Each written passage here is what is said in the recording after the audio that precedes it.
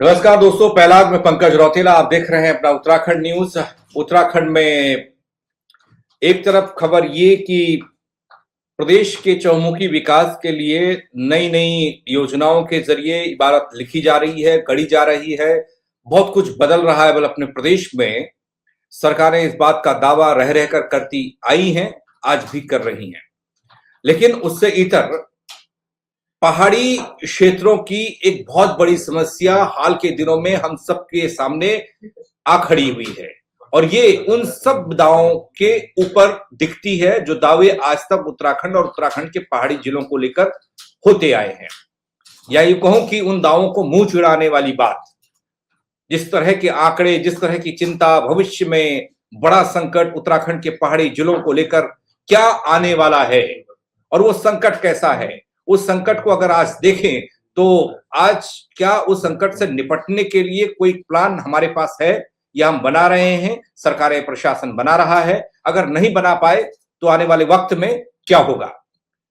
इस सवाल के जवाब को लेकर हम बात करने वाले हैं। मेरे साथ एक खास मेहमान चर्चा में मौजूद हैं जो आपको बताएंगे उस बड़ी चुनौती और बड़ी परेशानी के बारे में। उनसे आपका तारुफ कराता हूं। जो सिंह बिस्सा मेरे साथ हैं, आपका बहुत स्वागत है। आप अपनी गणना अपना गांव के मुख्य संयोजक हैं और इसी अभियान ने बहुत सारी तकलीफों को बीच हमारे सामने लाकर रख दिया। मैं जब इसके बारे में देख रहा था, आप लोगों को सुन रहा था, समझ रहा था, तो मैंने देखा कि कैसे अपना पहाड़ वाला क्षेत्र एक बड़े संकट की दहलीज पर आकर खड़ा हो चुका है। आपने भी चिंता जाहिर की।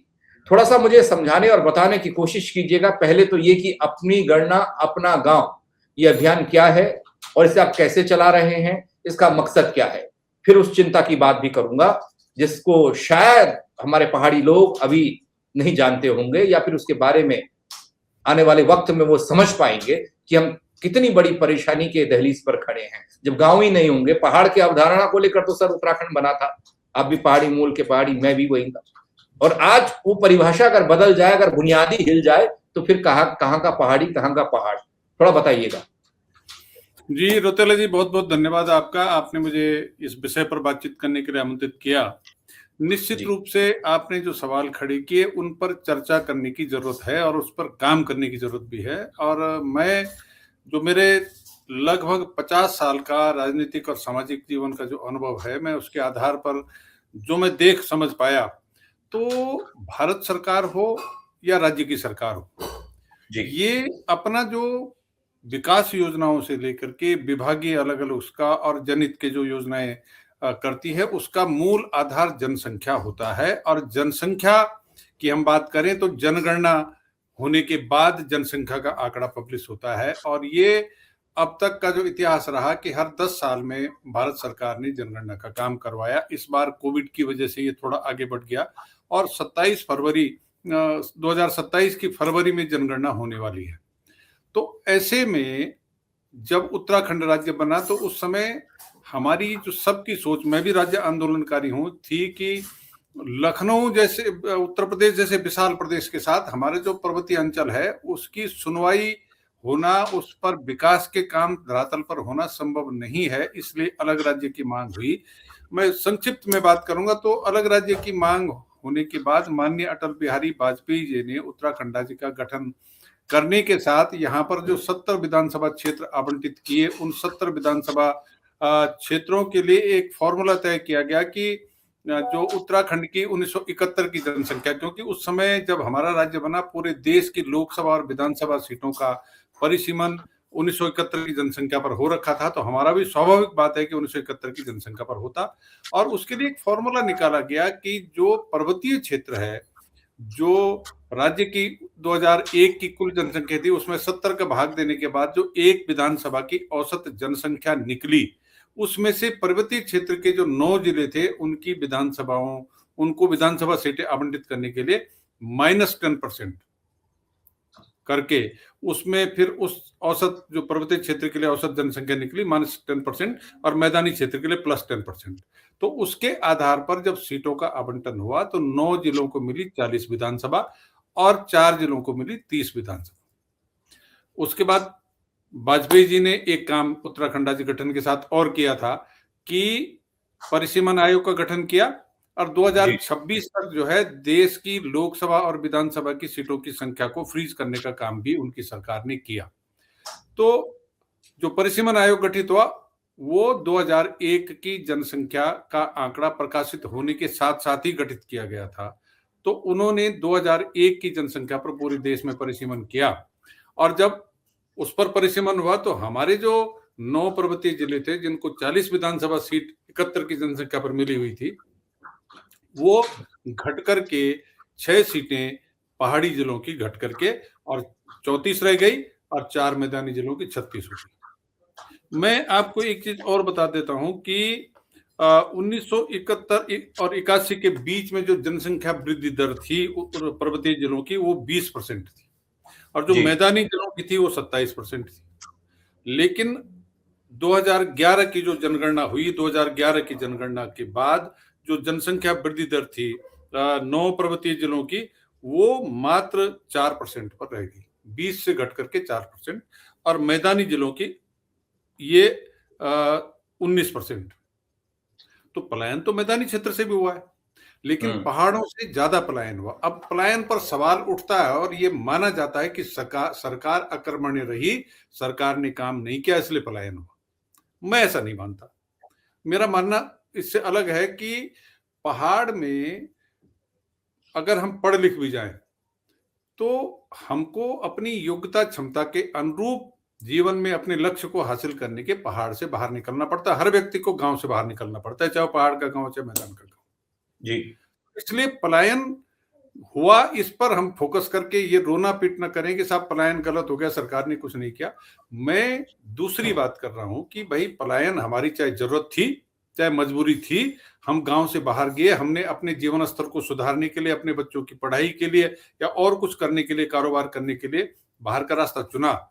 लेकिन अब जब हम चुनाव में, चाहे प्रधानी का चुनाव हो चाहे विधानसभा का हो, वोट देने के लिए अपने गांव आ सकते हैं तो फिर हमको जनगणना के लिए भी गांव आना चाहिए।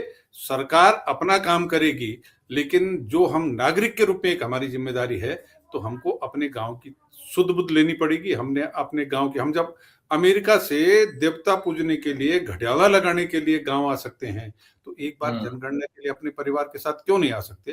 तो अपनी गणना अपने गांव, ये अभियान हमने शुरू किया। इसमें मेरे साथ कुछ पत्रकार मित्र हैं, कुछ राजनीतिक साथी हैं और हमने कल दूसरी बार माननीय मुख्यमंत्री जी से मिलकर के उनको ये ज्ञापन दिया, ये आंकड़े की ये सीट उनको उपलब्ध कराई कि भाई जनसंख्या वृद्धि दर में धीरे धीरे कैसे हो रहा है।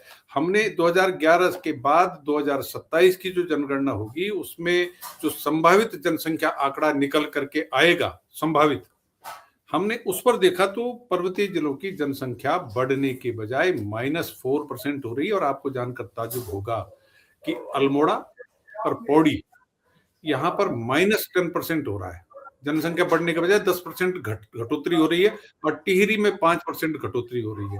केवल उत्तरकाशी जिला है जहाँ 7% बढ़ती हुई दिखाई दे रही है।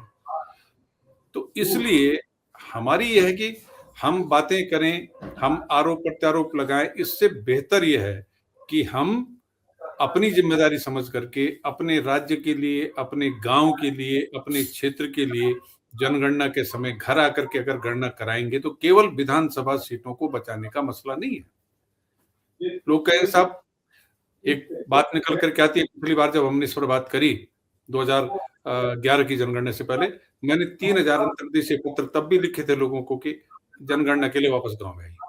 तो लोगों ने कहा साहब एक विधानसभा सीट कम होगी तो एक नेता का बिगड़ेगा, हमारा क्या बिगड़ेगा।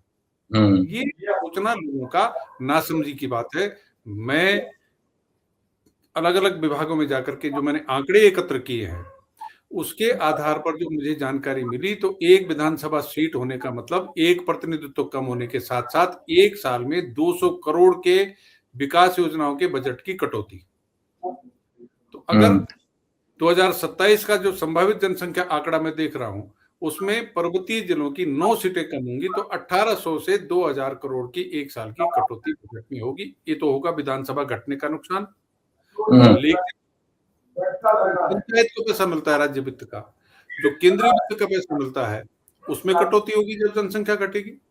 जो हमारे आंगनबाड़ी केंद्र खुलते हैं, जो आशा कार्यकर्त्री की नियुक्ति होती है, जो दूसरे जनसंख्या आधारित बजट हैं, उसमें कटौती होगी, तो बड़ा नुकसान पहाड़ के उसको हो जाएगा। और जो राज्य का बनने का जो हमारा मूल मकसद था कि पहाड़ का विकास, पहाड़ में जो है कि बजट की कमी ना हो, तो वो नुकसान उसमें, क्योंकि भारत सरकार का फॉर्मूला और राज्य सरकार का फॉर्मूला जनसंख्या के आधार पर बजट देने का है, तो वो हमारे राज्य के अलग से नहीं होगा।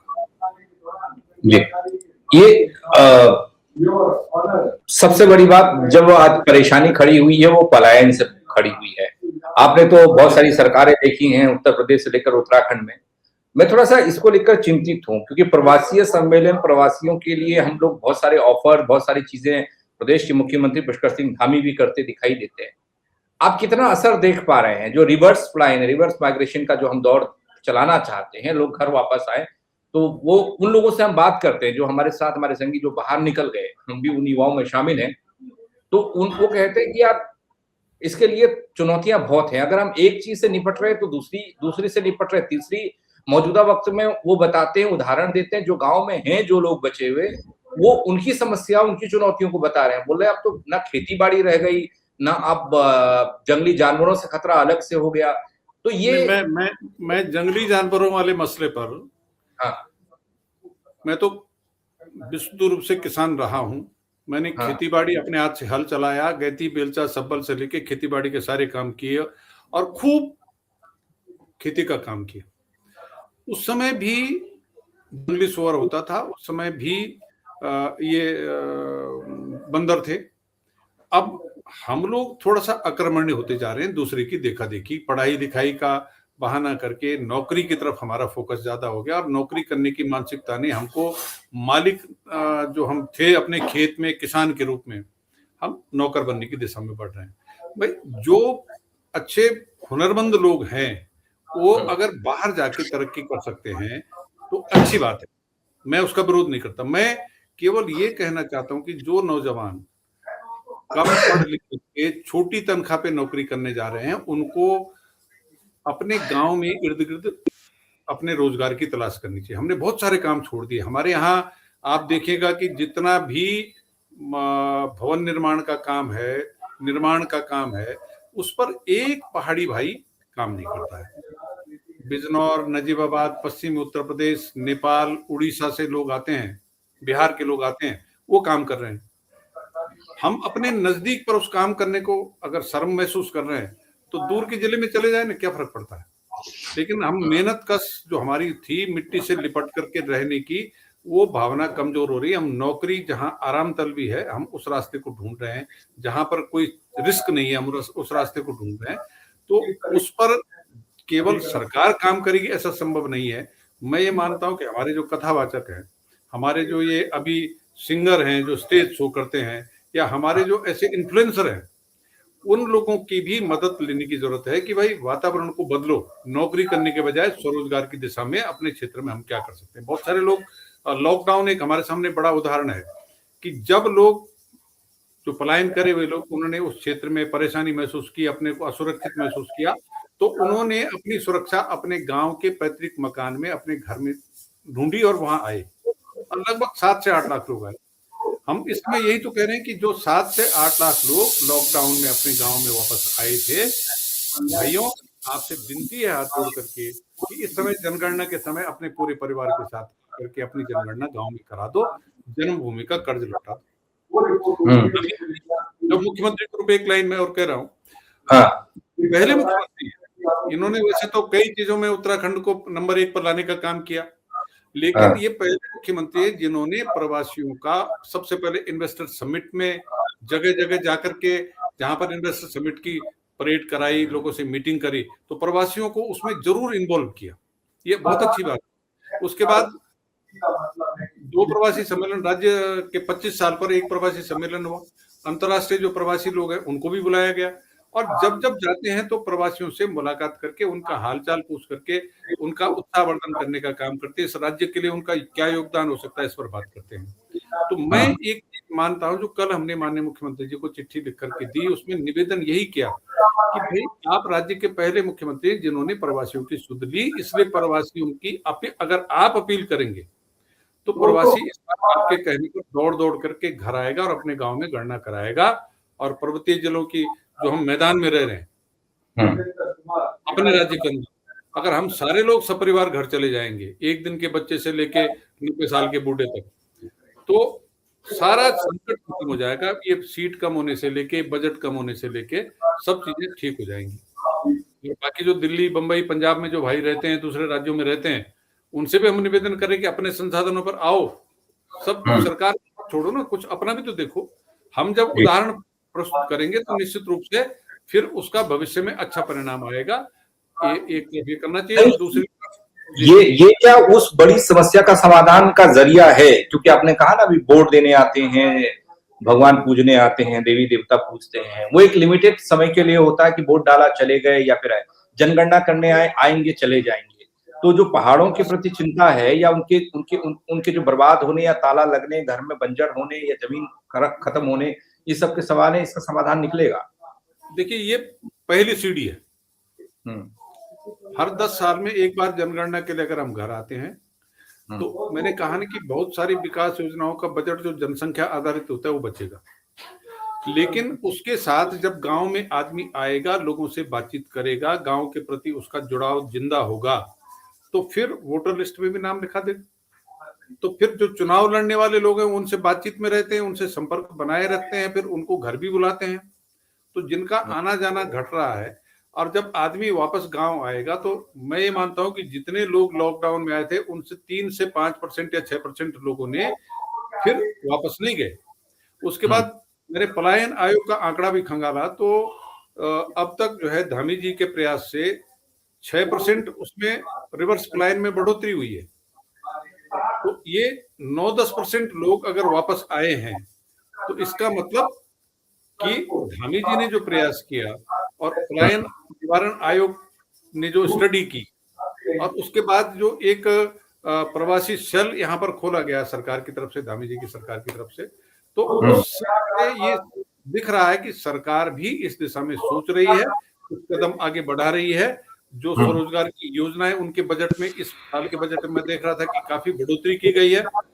ये सब काम केवल सरकार करे उसके बजाय हम भी हाथ लगाएं, और हम अपने पहाड़ों को खेत बेचना बंद करें, खेत को बंजर रखना बंद करें, खेत उसके अलावा आवत जावत रखें। तो निश्चित रूप से इसका फायदा होगा। जो गांव में ताले लगे हैं वो ताले खुलने लगेंगे, और उसके बाद जब लोग, पब्लिक दिखेगी, लोग दिखेंगे, क्योंकि सरकार लोगों की भीड़ के साथ फैसले करती है। गांव जब खाली है तो सड़क किसके लिए बनाएंगे? गांव में कोई रहता नहीं है।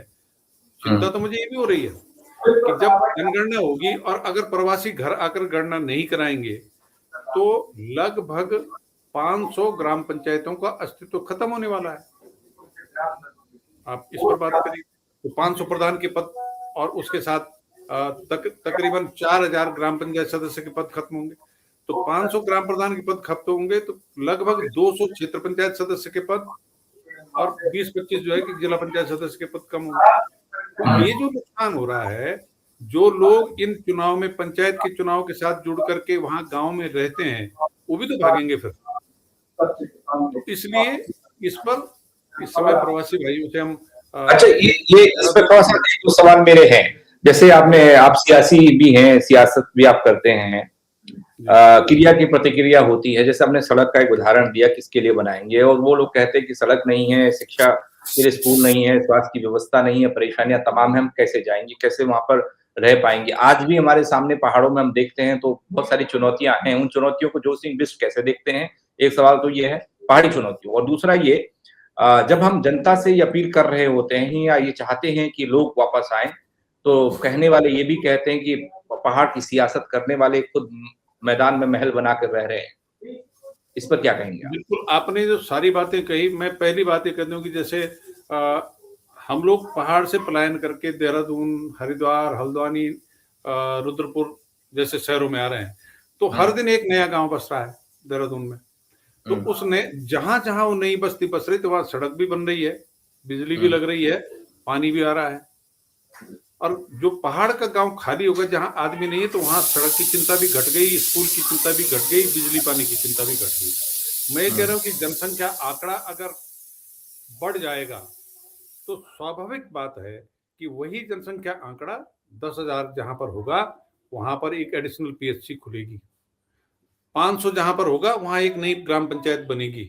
वो जनसंख्या आंकड़ा फिर उस गांव के लिए सड़क बनाने का आधार बनेगा, उस गांव में बिजली और पानी को लाने का आधार बनेगा। और वहां की जो पब्लिक है वो सरकार के सामने उस जनसंख्या डाटा के साथ जाकर के जब अपनी बात कहेगी तो उनकी बात सुनी जाएगी और उनकी बात मानी जाएगी। ये एक स्वाभाविक सिद्धांत है और आज से नहीं, देश की आजादी के बाद से लगातार चला आ रहा है। तो इसलिए हम यहाँ किसी को नौकरी छोड़ करके आने को नहीं कह रहे हैं, हम किसी को अपना काम धंधा बंद करके आने को नहीं कह रहे हैं। और एक निश्चित तारीख है 9 फरवरी 2027 से 28 फरवरी 2027 के बीच में आप 2 रात के लिए अपने गांव आइए, आपका वहां पर जो मकान है उसमें खड़े होकर के और प्रगणक जो वहां पर आपके 800 की जनसंख्या के वार्ड के लिए बना हुआ है उस पर अपनी जनगणना करा करके वापस आ जाइए।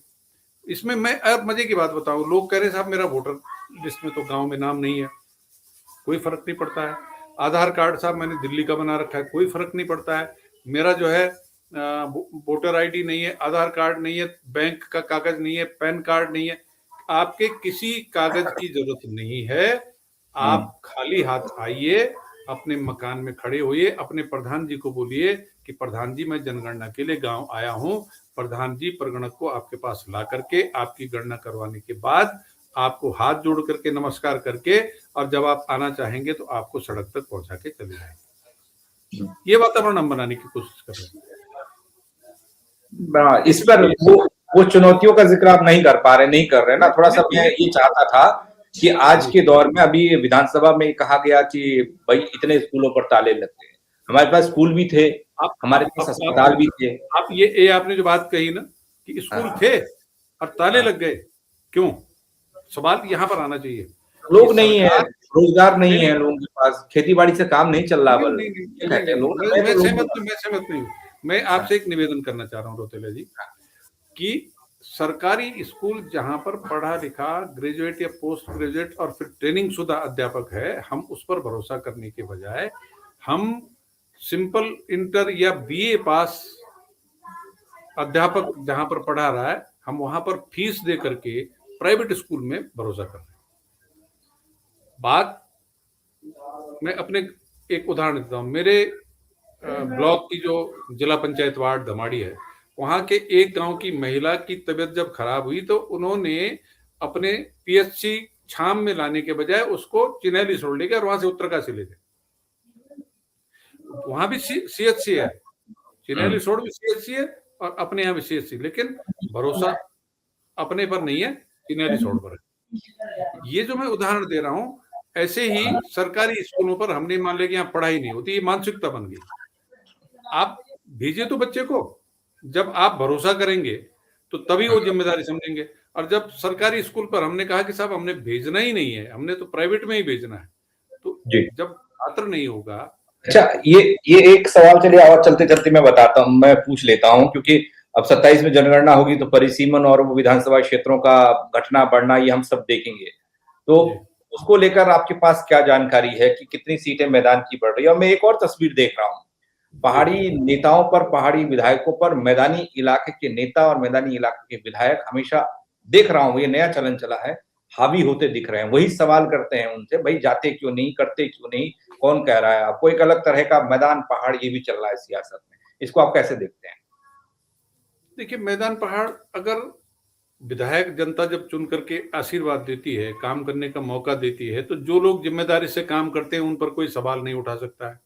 अब जो लोग क्षेत्र में नहीं जाएंगे तो उन पर पहाड़ी हो चाहे मैदान हो सवाल उठेगा। जनता उठाने से पहले कुछ जागरूक लोग सवाल उठाते हैं, ये तो सही बात है। रहा सवाल, आपने कहा कि सीटों का क्या होने वाला है, 2-3 संभावनाएं मुझे दिखाई देती। पहली संभावना तो ये है जो कल परसों से मैं सुन रहा हूं कि भारत सरकार महिला आरक्षण विधेयक को संशोधित करके, पारित करवा करके और महिला आरक्षण लागू करके 2011 की जनसंख्या पर नए पूरे देश में नया परिसीमन करवा सकती है। अच्छा। उसमें 2 डाटा निकल करके आ रहे हैं। मैं अपने राज्य का उदाहरण देता हूं कि हमारे यहाँ 70 विधानसभा सीट हैं। अभी भारत सरकार क्या तय करती है कि 70 का 33% सीटें बढ़ेंगी या 70 को 2/3 मान करके रेस्ट 2/3 सीटें बढ़ेंगी।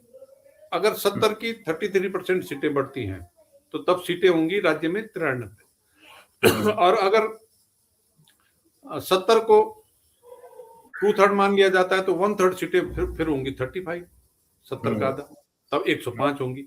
अभी ये स्थिति असमंजस में है कि 93 होंगी या 105 होंगी। लेकिन अगर 70 पर परिसीमन होता है तो उस दशा में उत्तरकाशी की जो 3 सीटें वो घट करके 2 हो जाएंगी उत्तरकाशी जिले में। चमोली में 3 सीटें 3 ही रहेंगी, वहां पर 2.53 आ रहा तो 3 रहेंगी। रुद्रप्रयाग में 2 की 2 रहेंगी। टिहरी गढ़वाल में 6 की 4 हो जाएंगी और पौड़ी गढ़वाल में 6 की 4 हो जाएंगी। पिथौरागढ़ में 4 की 3 हो जाएंगी। बागेश्वर में 2 की 2 रहेंगी। अल्मोड़ा में 6 की 4 हो जाएंगी। चंपावत में 2 की 2 रहेंगी। तो ये तो पर्वतीय जिलों का नक्शा निकल करके आ रहा।